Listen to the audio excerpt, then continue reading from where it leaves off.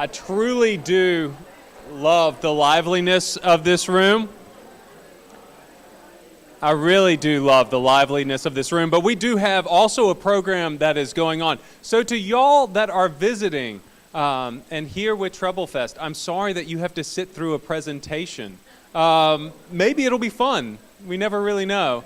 But just to, I guess I'll give a little bit of background to y'all who find yourselves in this room as we give a presentation.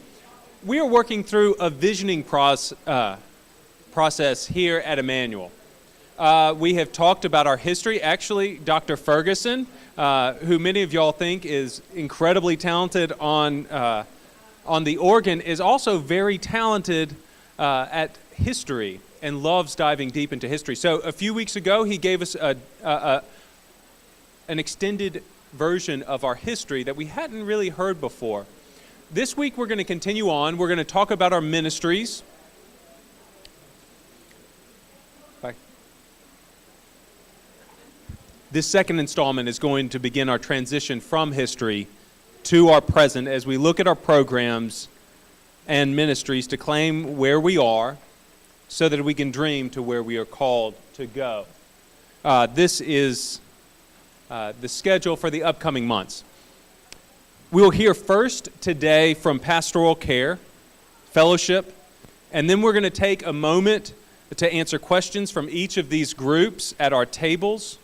We'll share a general observations from each chair to the group. We'll give you a little bit more explanation on that when it happens. And then we're going to continue on with Christian formation and worship, and then we'll repeat the feedback process. Does that sound good with y'all? All right.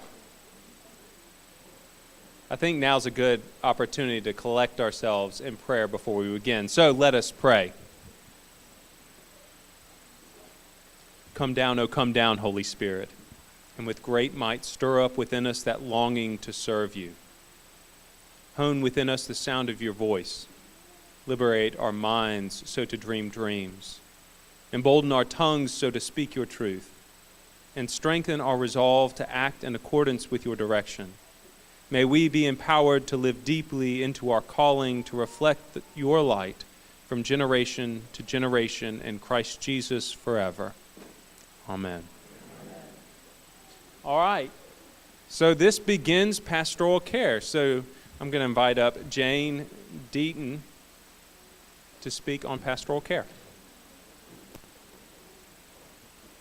Thank you.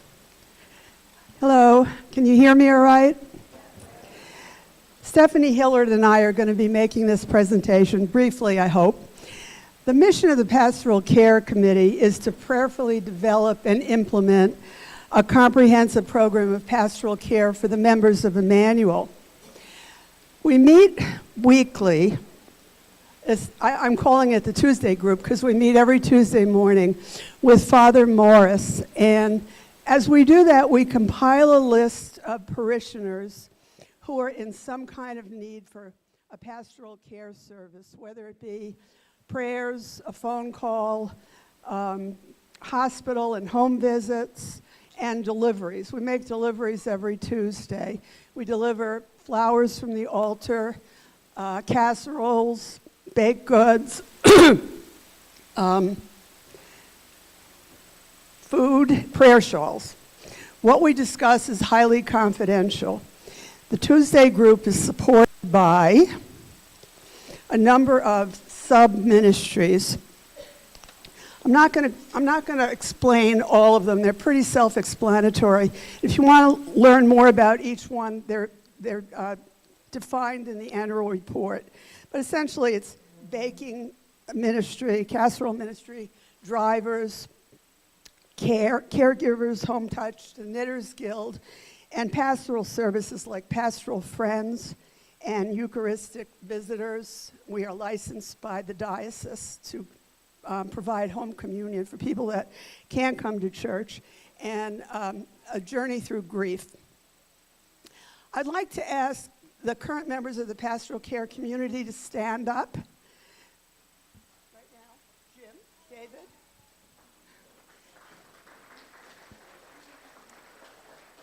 They are the most caring group of people that you'd ever want to know, and it's just a joy to work with them all. They're sitting around the table so that they can be a resource to you as you answer some questions that Stephanie is going to pose.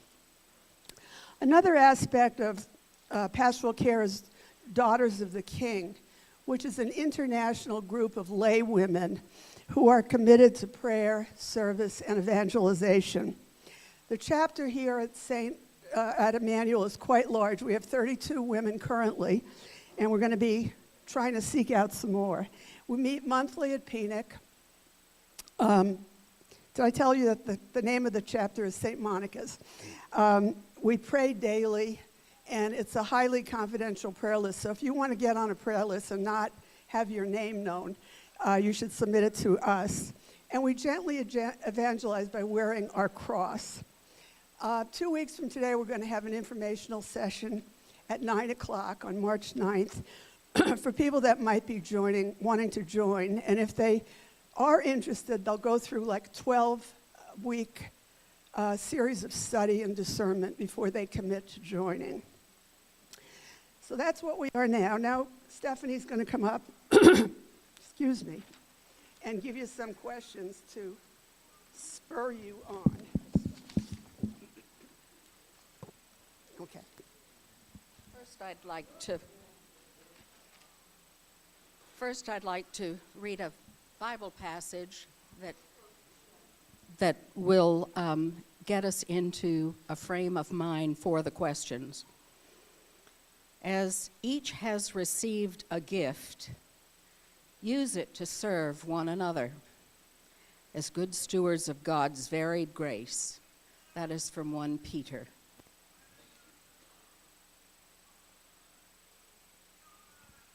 Have you or a family member been touched by pastoral care? And we'd like you to talk about that, whether it was a positive experience and how we could make it better. And also, do you know how to contact pastoral care if there is a need? Unlike Karnak the Magnificent, we have not been blessed with the gift of ESP. So if there is a need that we need to know about, you can contact Father Morris, Jane Deaton, Marie Turner, or turn in one of these blue cards that are found in the pews. Now, if you're expressing a need from a friend or anyone other than you, you need to make sure that you have permission to do that. We really appreciate that. That will help us be able to touch you in a way that will be helpful and worthwhile. What resources have you found helpful from other churches that you think would be good for Emmanuel? In the past, we've had Stephen Ministry. We are thinking about reconsidering that. There, in your bulletin today, there is another project that we're looking at, which is called the Engaged Brain Project, which will meet this coming Wednesday from 2:30 to 4. It's open to the community. It is free.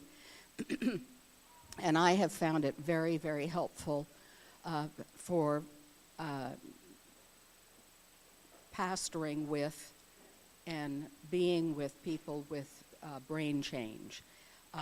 So I want to let you know that it is a monthly gathering on the 4th Wednesday of the month. Pardon me? Stephen Ministry is a ministry that we use a part of the Stephen Ministry, which is the grief books that we pass out. We've had it, it's a pretty intense training. When I went through it, I believe it was 6 to 9 months training, but it is a wonderful program.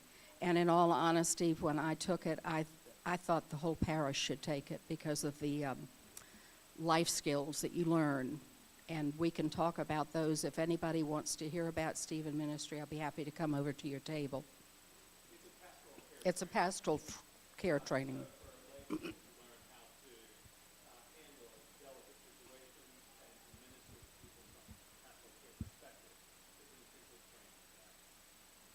And then we would like you also to give us some feedback of what is the best way we can inform you of this ministry and its resources and training.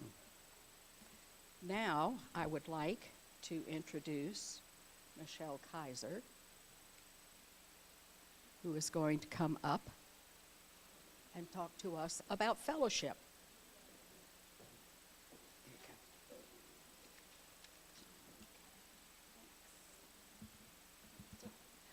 go. All right, hello. For those of you that don't know me, Stephanie just introduced me. My name is Michelle Kaiser, and my family joined Emmanuel 20 years ago. And we've been blessed to participate in many fellowship activities over the years. And now our 4 children are grown and they're living all over the place. So what we participated in 20 years ago is quite different today, but the reasons remain the same. And today I'm going to share with you some information about fellowship and also ask you to dream about fellowship and how it may develop and grow the next 10 to 20, 100 years. So first of all, I want to say, do you know that the Fellowship Commission has the highest weekly number of participants amongst members? Does anyone know why? It's Sunday service. There, Sunday service, right? And while Sunday service does not, that really falls under worship, that's where our fellowship begins. And fellowship is our God-given opportunity. Right? It's our God-given opportunity to open our arms and welcome everyone who comes through our doors. And Emmanuel, I feel, and you may agree, has done a good job with living into the fellowship commission verse of, do not forget to show hospitality to strangers, for in doing so, some have entertained angels. I think we entertained a lot of angels today, right, with the youth. Our other way that I was thinking about this morning is when we share the peace, right? That's an outward sign of fellowship or in communion with one another. All right, so what are some of the opportunities we currently have going on at Emmanuel? You can see some of the activities on this slide. And oftentimes for newcomers, the first fellowship activity that they might participate in is that Sunday coffee hour, right, between the services that Patty Fitzgerald, thank you so much, has, been in charge of. And that's a safe, easy way for people just to meet people or, introduce themselves. It's no different than Lemonade in the Garden, which I don't know if Stephanie Watts is here. Yes, Stephanie, stand up and wave. She will be in charge of that this summer. So for introverts like me, it's not overwhelming. And as people feel more comfortable, they might choose to attend one of the special receptions or events like today in the parish hall.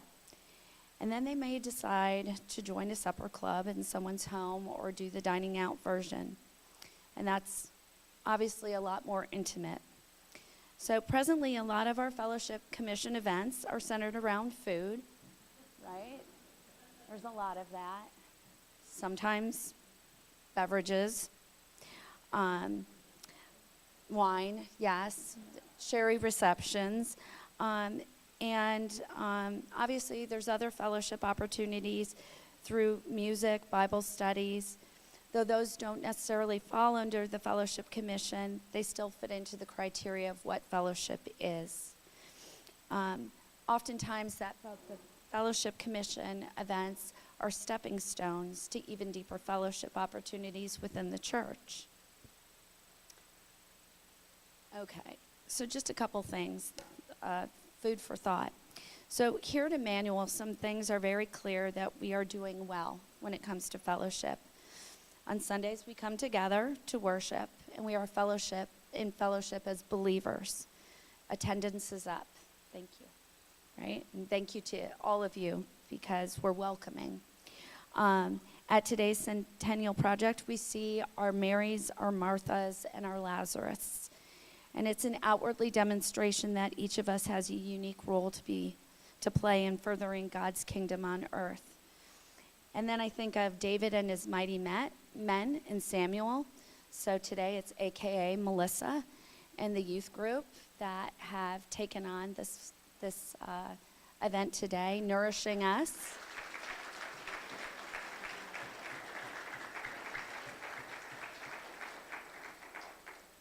So they are united in a common cause, right? Complementing one another, strengthening their bonds. Okay, so then, what do we have on our calendar for this year, right? There's quite a bit. And I'd like to pause for a moment. Again, as Stephanie did, who has helped with a fellowship event? You guys are all participating, so everyone's hands would go up. But who's been kind of those boots on the ground? If you could raise your hand, that would be great. Right, higher.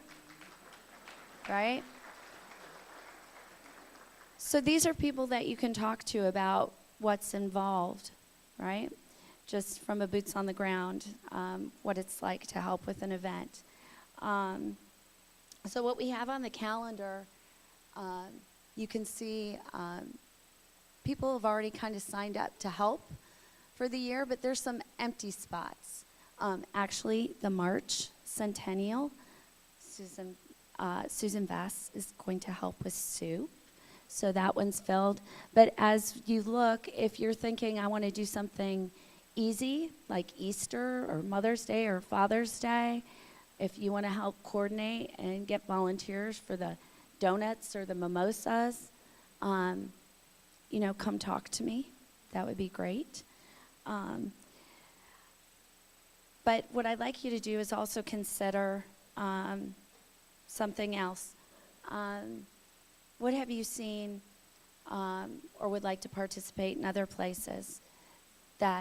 Ways that you feel that fellowship could help lead us to deepen our relationships with one another and God. It's that time together, and if you do feel called to taking fellowship a little bit further, it is really an easy way to get involved in the church. It's a fabulous way to meet people, and it's really helped strengthen our bonds over some challenging times. And I think it's what's kind of been the glue for a lot of us. And our church family's growing, and we're blessed, we're joy-filled, and good things are happening. So I'm going to ask you to ponder a couple questions as you dream. So the first question is, have you or your family participated in any fellowships events, and was it positive? And how could you make it better? Number two is, have you and your family helped with any fellowship events? And did you feel supported? Was it a positive experience? How could we have made it easier for you? We're working on that. But we need your ideas. 3, what fellowship events have you participated in at other churches that you would like to see at Emmanuel? 4, what has been your favorite fellowship event to attend and why?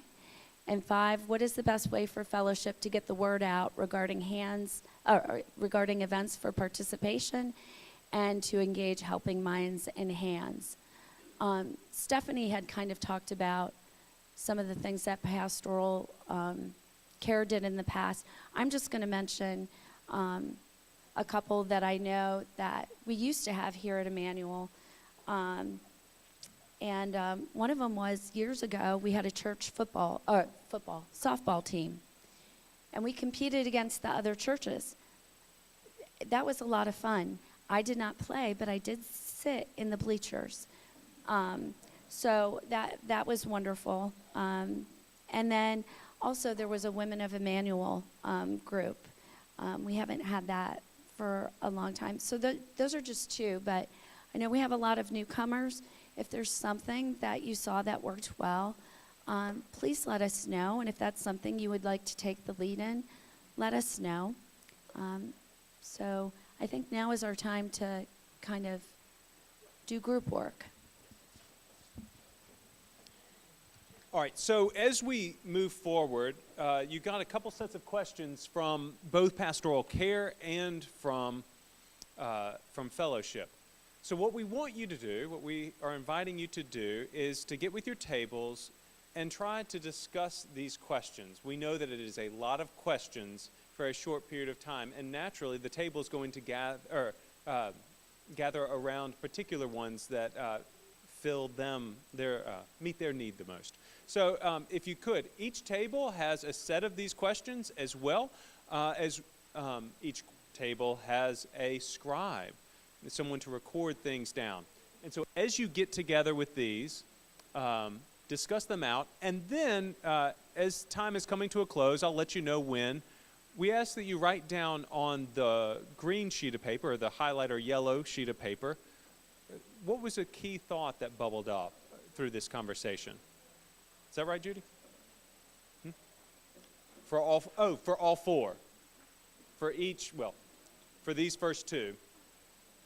And then we'll have two more after this.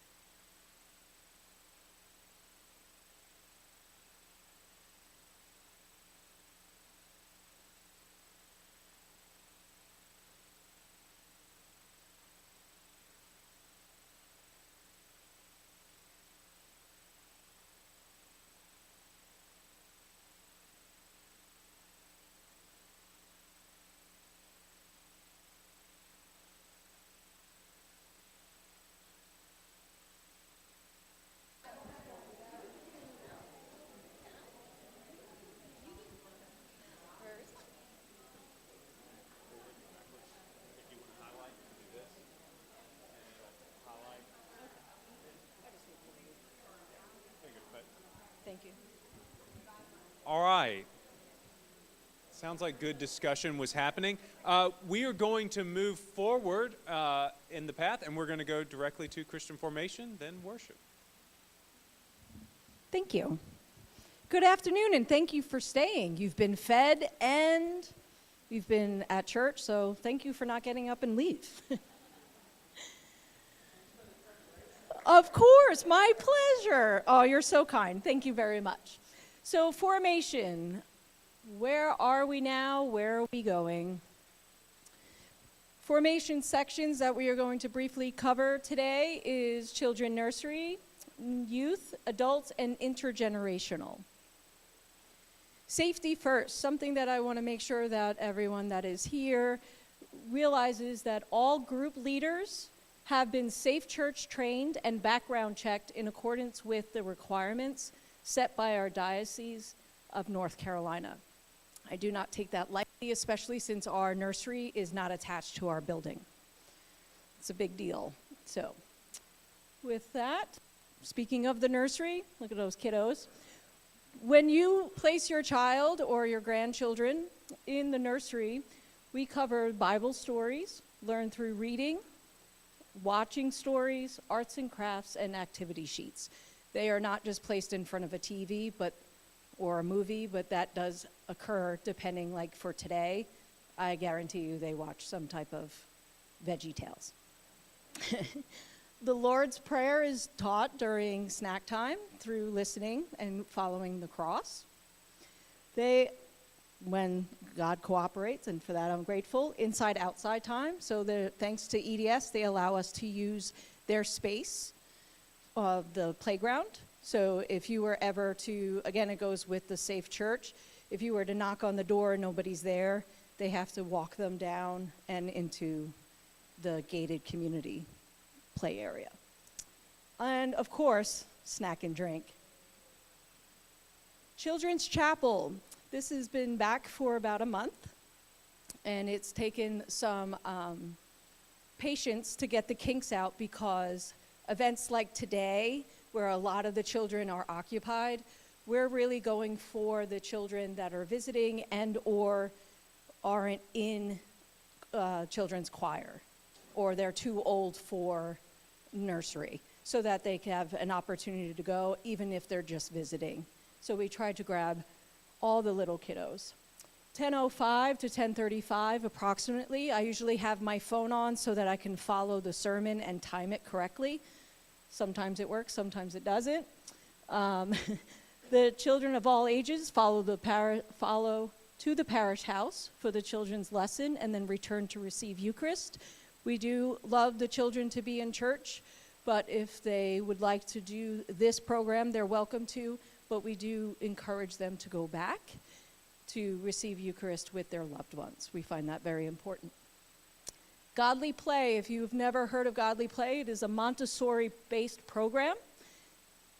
Godly Play is a highly regarded Montessori-based program. Children who choose what they want to learn. So they sit quietly, it preps them for church as they age into that, and then they are asked a bunch of questions that allow them to wonder. So we don't lead them to the answer, they're allowed to come to it as themselves, and it's pretty cool to watch.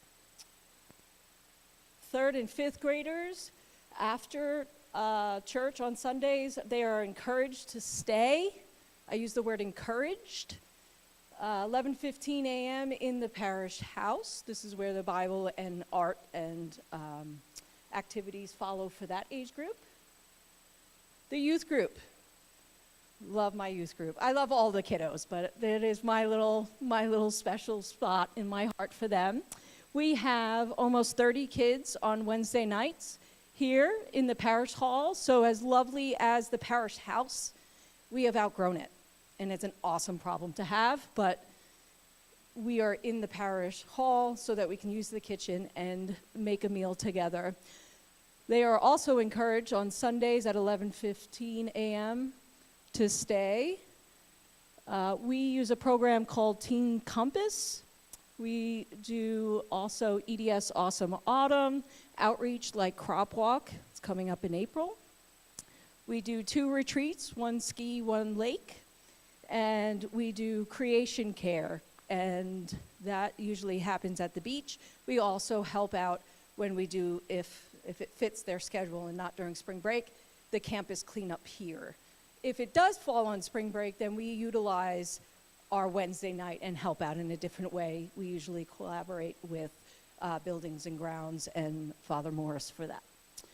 And of course, diocesan events, which are things like Hugs Camp, where our high schoolers are able to go be a quote-unquote buddy to those who are different body abled, which is a life-changing event for everyone that's able to attend.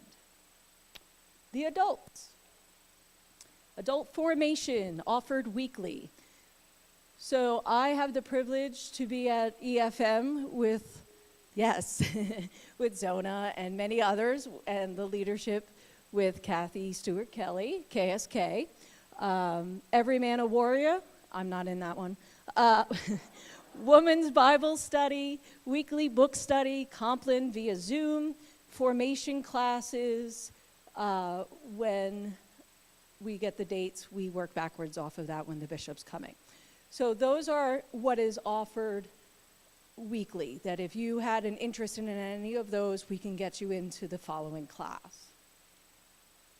Intergenerational is, true intergenerational is where you have babies, like what we had lunch here is true intergenerational. We had all age groups, babies, newborns, toddlers. It is hard to do that truly, so what we usually do is mixed ages for about youth and up.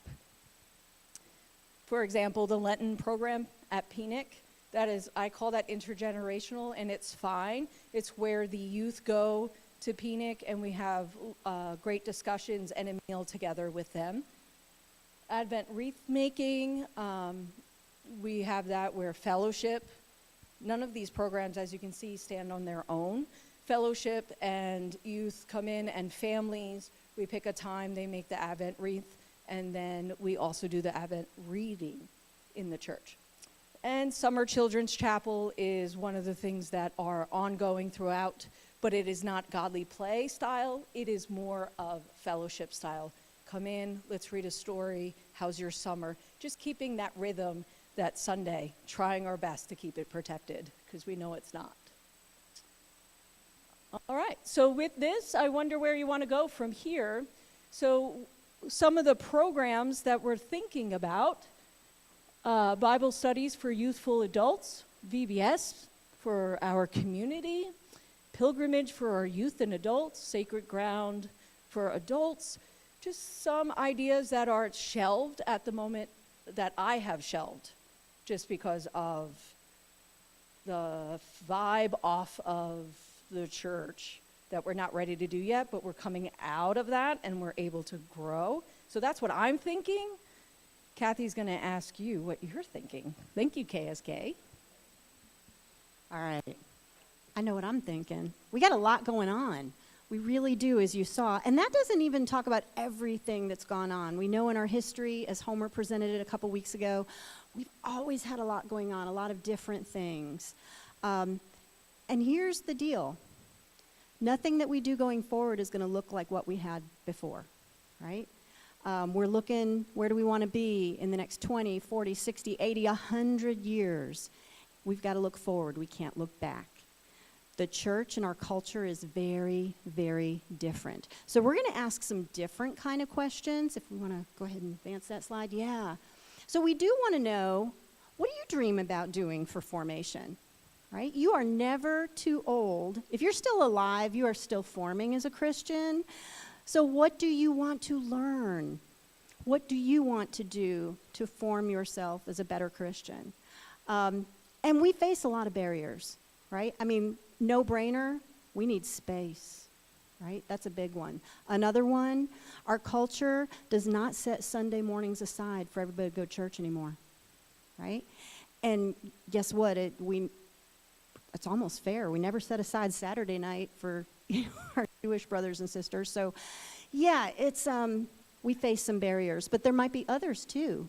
that you face in your own personal formation.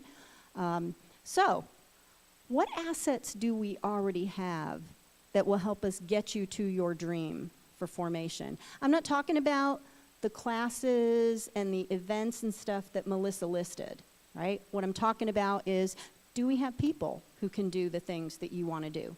Do we have the place to do the things that you want to do? Do we have the time? So think about those kind of barriers and the assets that we have to overcome those barriers. And then what other things do we need to get there? What do we need? I know they're really broad questions, but we're hoping that they lead to some really, really broad answers. So, what questions do you have for Melissa and I? Cool. All right. I think we turned over to Father Morris for worship, I believe. We'll just stand here until he comes up. We'll just all follow him awkwardly through the parish hall as he walks up here. I was told at pastor meeting when we practiced these things that I ran long. So I wrote down everything so I wouldn't run long. Worship is why we exist, right? I don't think I need to go into detail to explain that it is that everything that we do originates from worship. Worship teaches us about the divine. It challenges us. It deepens us. It comforts and nourishes us. Worship is our primary act on this block, both as the church and the school. For today's presentation, we have highlighted 8 areas that make up our worship life at Emmanuel. Of course, you will note one that is absent, one that was very vivid and big today: music.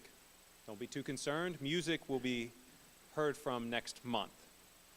There are 2 groups that largely prepare for the services at Emmanuel: the Altar Guild and the Flower Guild. As any one of the members of these guilds will tell you, they are an act of contemplative worship in themselves. Altar Guild is led by Shirley DiNardo. It prepares for and cleans up after every single service. This is no small task. Members of this guild learn deeply about our liturgies, traditions, and instruments of worship. Anytime a service goes smoothly, it is thanks to their tireless efforts. I hope that their ministry is as rewarding as it is appreciated, particularly by me. A little note: they say they are always on the lookout for new members and would love to teach you more about how we do worship here at Emmanuel. Flower Guild is led by Michelle Kaiser. They arrange flowers for our services every week, including the incredible displays that we see on High Holy Days, such as Christmas and Easter. On Mondays, they also dismantle the arrangements and put them into smaller vases to go out to our parishioners, sometimes for celebratory events like birthdays, but also to members who are sick and unable to come to worship, perhaps those who have experienced a loss. It is in that way that Flower Guild is a great ministry of connection to beauty and to our congregation. As they are looking to the future, one of the things that they struggle with, they get things prepared in our little staff kitchen. And there's a struggle for space there. There's a struggle for tools that they need, such as a deep sink to aid as they assemble their work. Leading the service, we have acolytes, lay Eucharistic ministers, and lectors.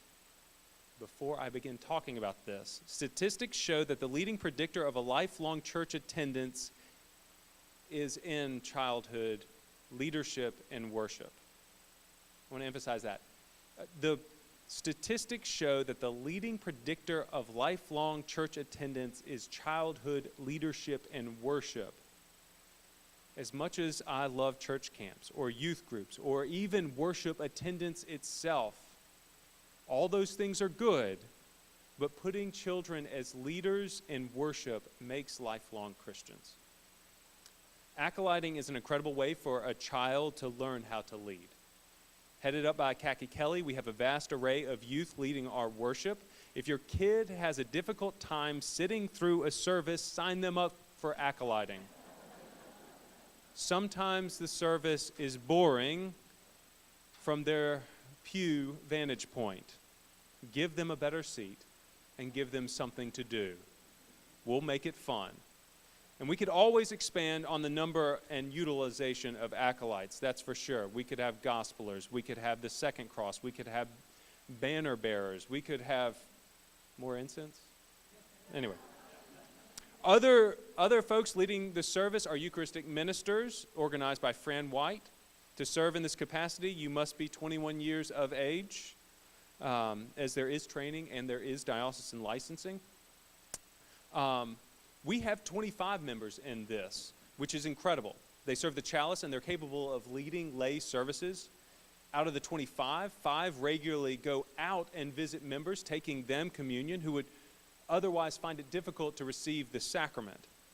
They are always on the lookout for more lay Eucharistic ministers, particularly at the 8 o'clock service.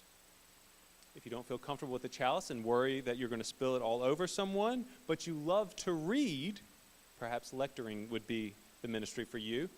This ministry is organized by Bill McAdams, and this group reads Holy Scripture every single week. There's a common misconception that very few are qualified to be a lecturer. There is no age requirement, and though it does require training, I believe in you. I think you can do it. Those supporting the service, we have ushers, children's chapel, and our live streamers. Anyone who has been around recently has seen our ushers addressing the challenges that our growth presents. With more people in attendance, ushers often have to usher your butt over to allow space for more people. They serve as greeters, collectors, oblation bearers, offertory collectors, emergency response, and cleanup after the service is over. These are the first faces that you see when you walk through our doors, and clearly they do a great job of inviting you in and leading newcomers to find this place as hospitable as it is.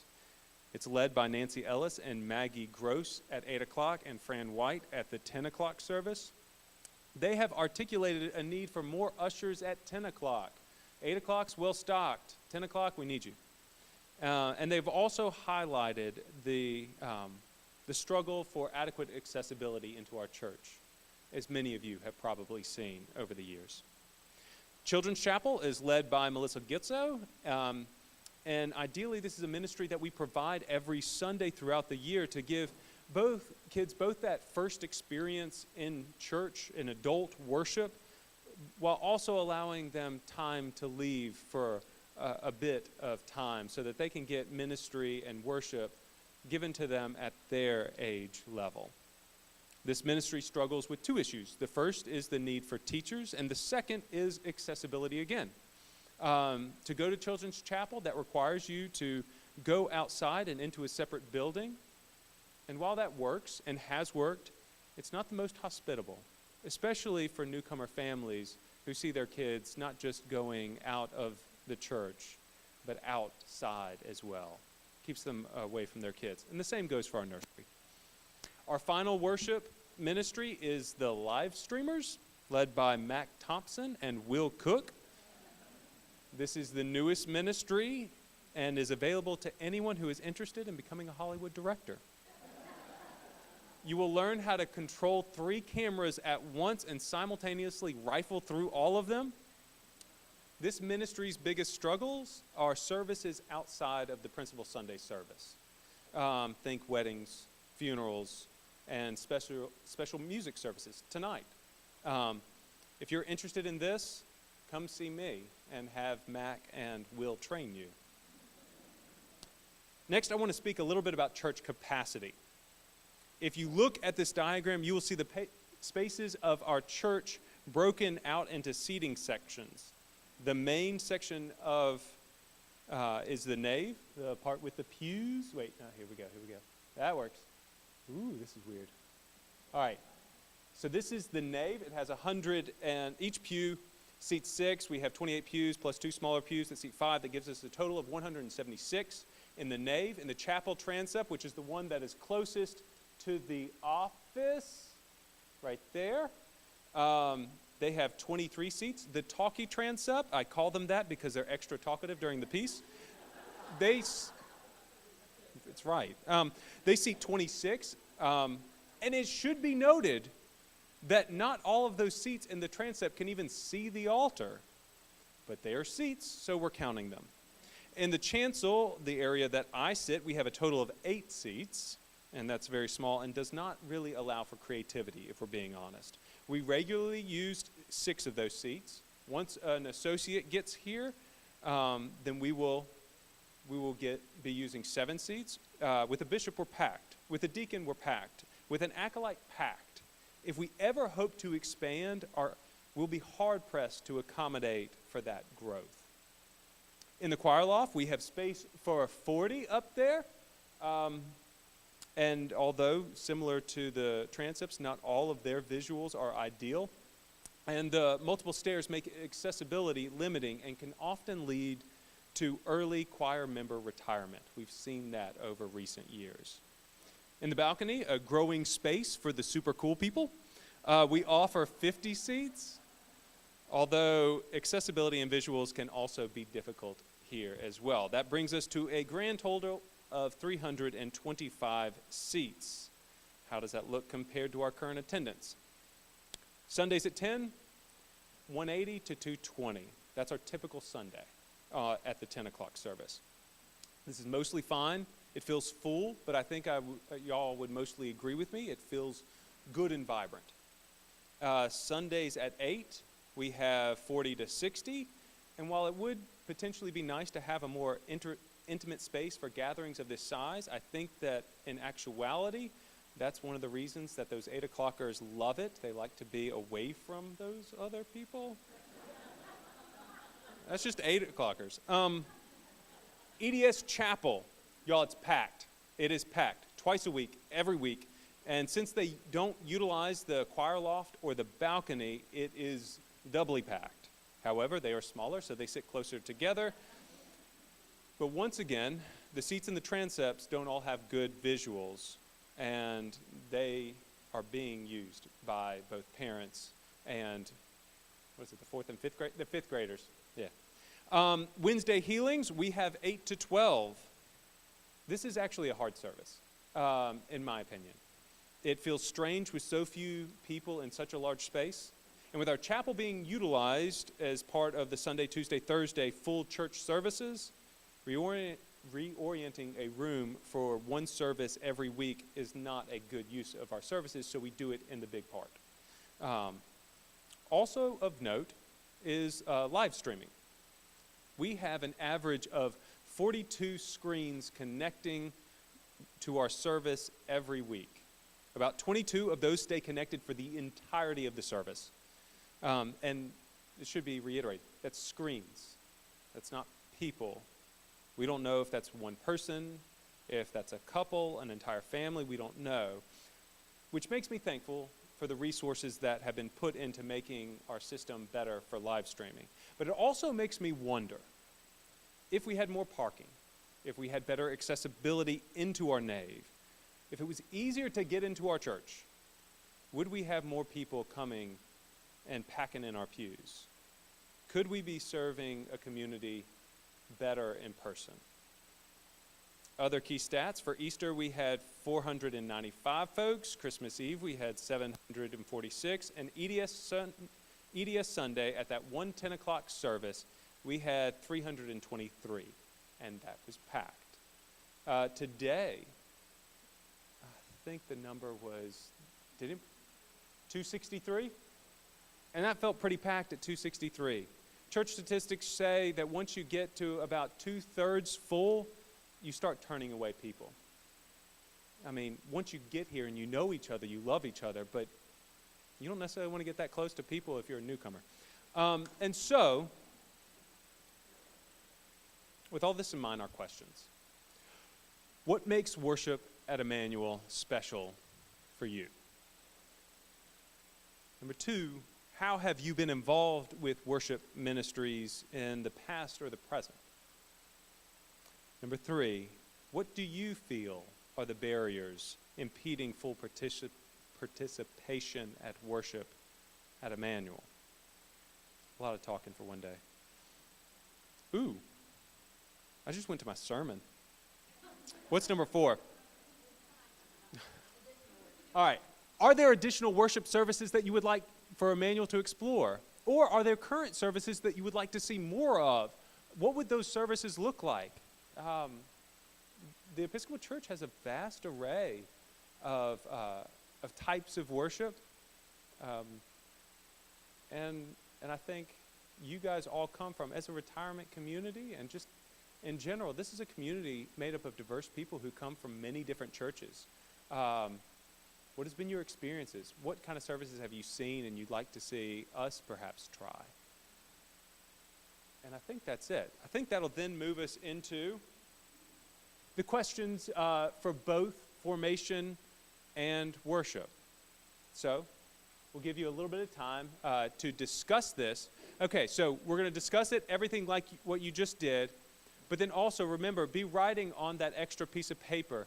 And after all of this, we're going to invite you to present what were the key topics for each of the 4 ministries that we were presented. What were the key topics that were coming up at your table that you would like for the entire group to know? Thanks.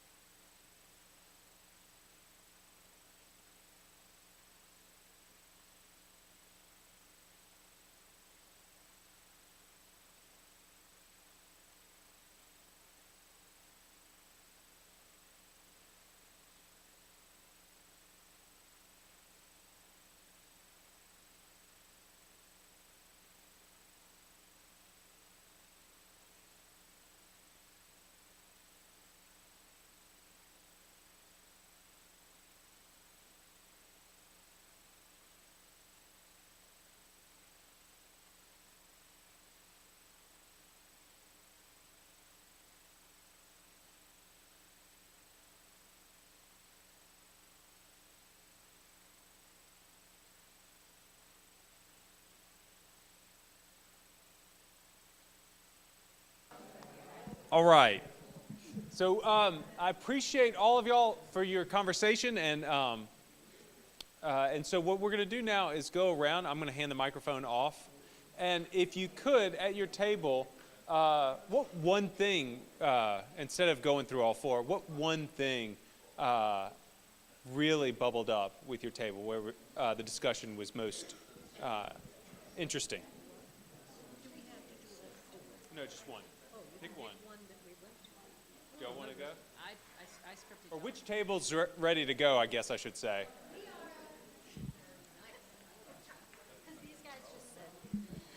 Because my table all went, oh, this is it, over all four things. So for all of the four ministries that we talked about today, the big thing that bubbled up, the one word, was consistency. Consistency in fellowship. Could we do something once a month? Right? That's an example. Consistency in pastoral care. Let's get some consistent training for our lay pastors and consistent education for the rest of us. Christian formation, consistency in going back to the basics of that three-legged stool, right? Scripture, reason, and tradition. And let's get back to consistently doing that and telling people why we do what we do in there. And consistency in worship. And we didn't really get deep in that one yet because we were talking about all kinds of things. Thank you. Y'all ready? Right.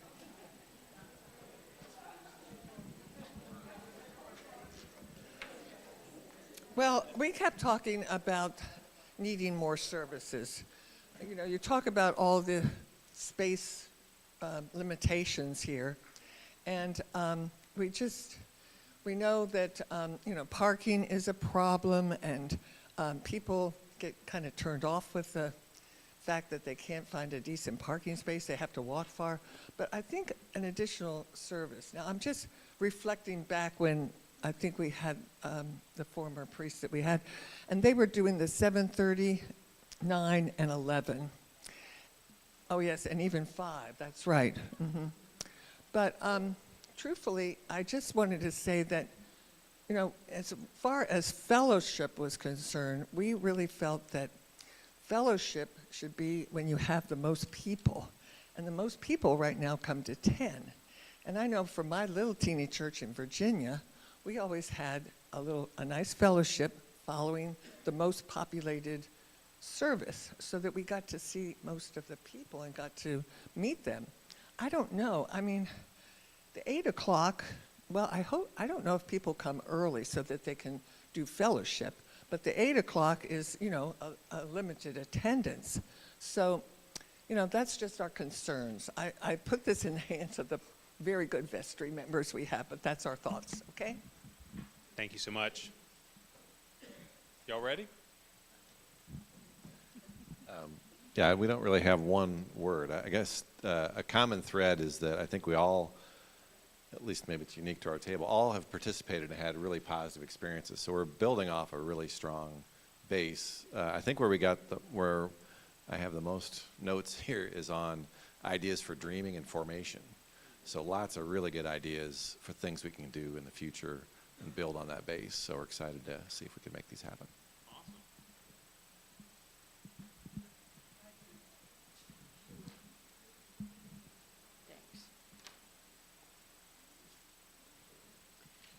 For worship, I'm starting there because it just happens to be what I've got in my hand here.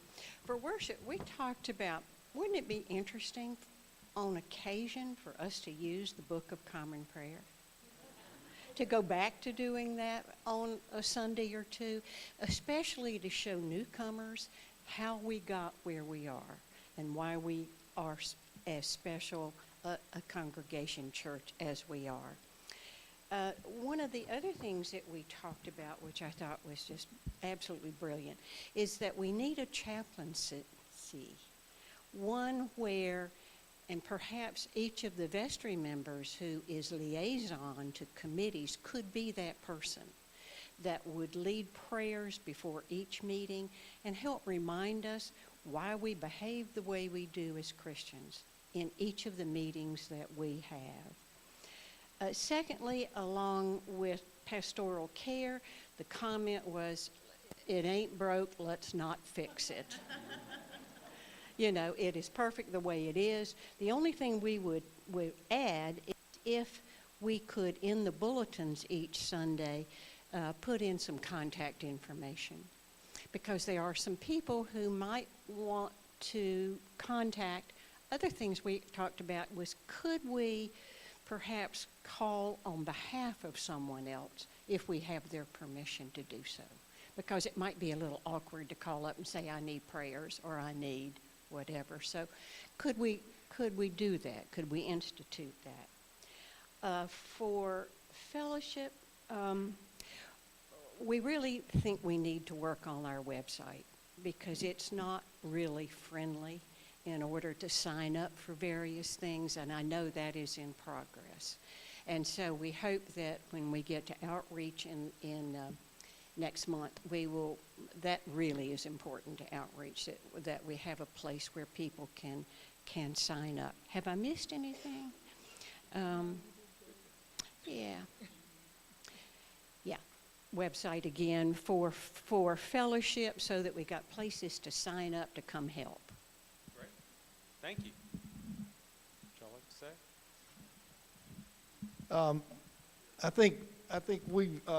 think we all agreed that we've got a lot of great things going on here now, and we're blessed to have a lot of challenges to how to deal with this growth. And I think we talked about space. We talked about helping people get to church on Sundays. We talked about maybe having more small group opportunities for people at different times of the day and different times in the week. Maybe having another service. So there's a lot. I think we're lucky to have these challenges because we've got a lot of positive things going on here. So I think that was just trying to figure out sort of what the priorities are, I think is our big challenge. Thank you. Y'all want to go? I sort of felt like if we were last, I could just say what all they said. So I'm going to just speak for the group. For pastoral care, we thought if we knew there was a single point of contact,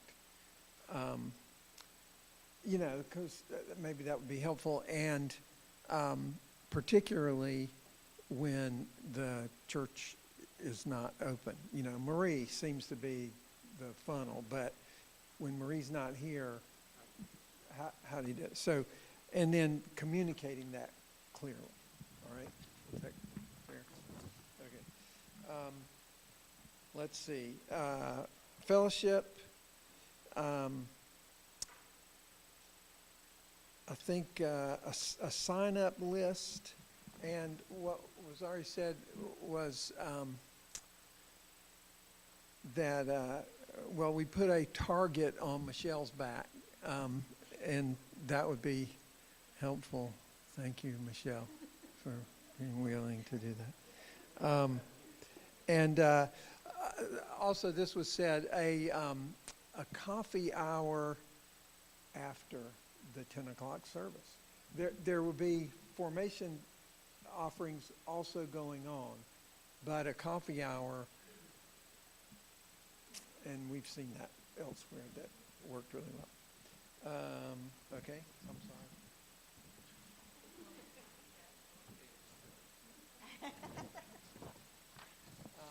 Formation. What do we dream?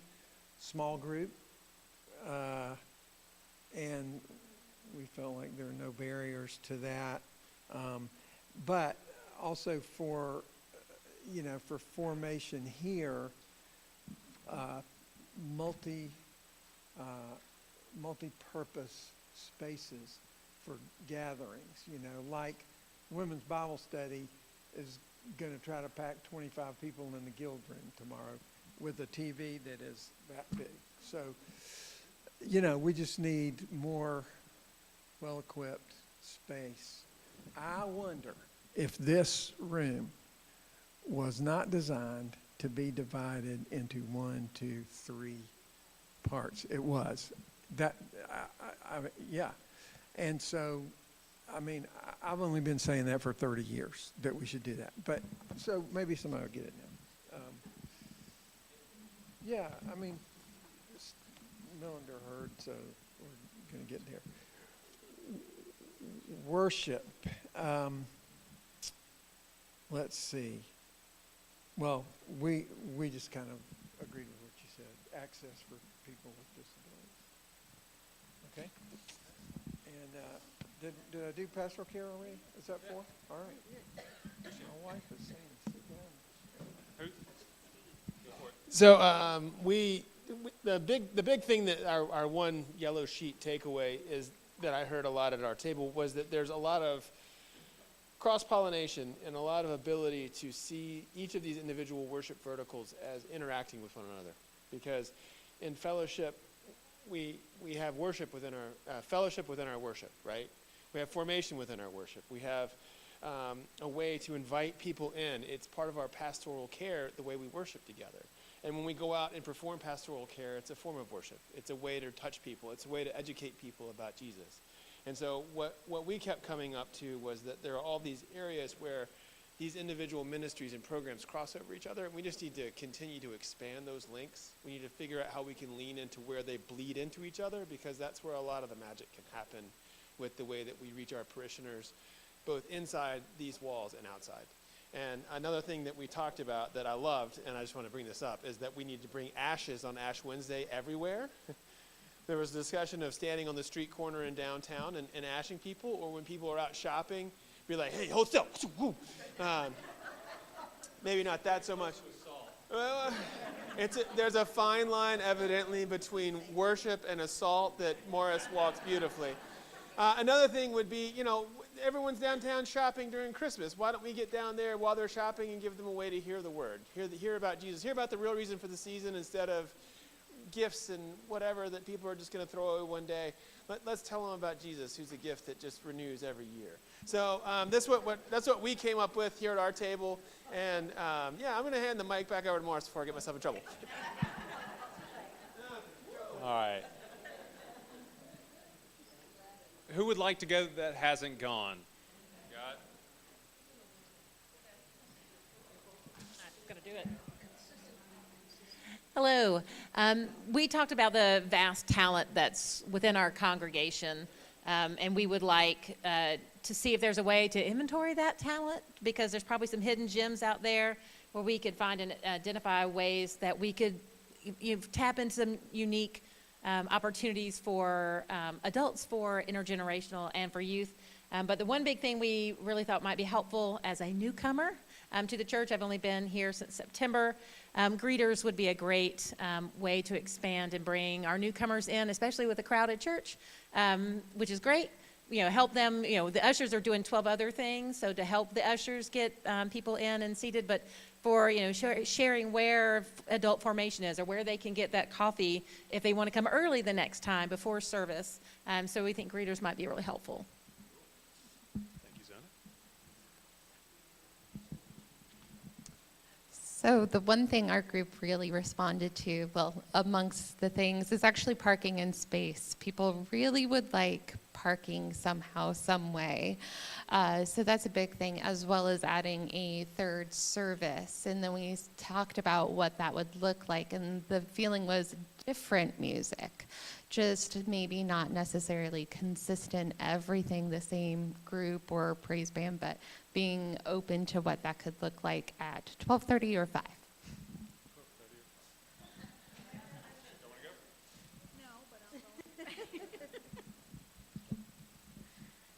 Okay, for worship, I personally like the tradition. That was one thing after my son died and I came back to church. That was the one thing that really helped me. And also the fellowship, the 10 o'clock is nice because I get to see people that I hadn't seen that go to 7:30 or 11. But I think we're kind of at a point where we're kind of almost bursting at the seams. So One of the things that we'd like to see is the addition of another service. And speaking from a fellowship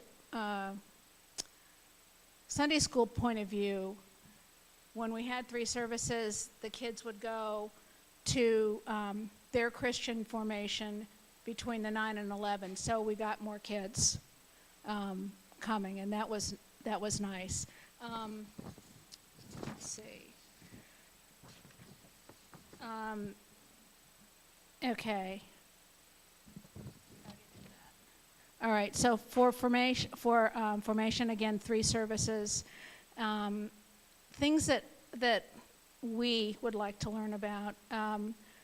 So I asked Emily this morning why you went to the middle of the church for the gospel.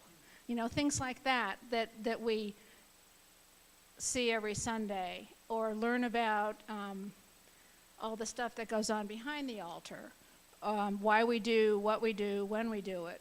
You know, some of you probably know, but that's something that I'd like to learn about. And what happened to everybody after Christ died?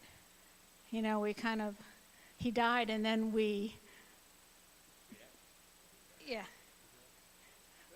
But, yeah, so, so what assets do we already have? We put down Melissa and all our wonderful staff here. We did that. Thank you. She made us. We all know that we're short on space, and so I think building is something that we need to think about. Thank you, Cindy, and thank you, everyone. Oh, fine.